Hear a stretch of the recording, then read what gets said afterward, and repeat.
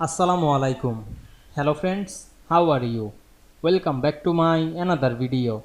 In this video, I am going to show you how to delete extra row and columns in Excel. Let's get started. At first, you have to open your Excel spreadsheet.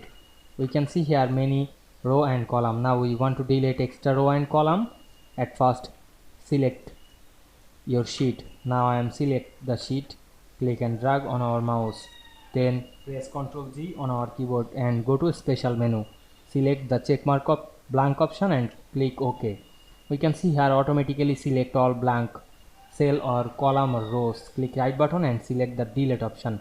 We can see here two option, here many option, delete cells left or up. Now I am check mark on the cells up, click OK. We can see we delete all, then click right button and again click delete option and choose cells left, click OK.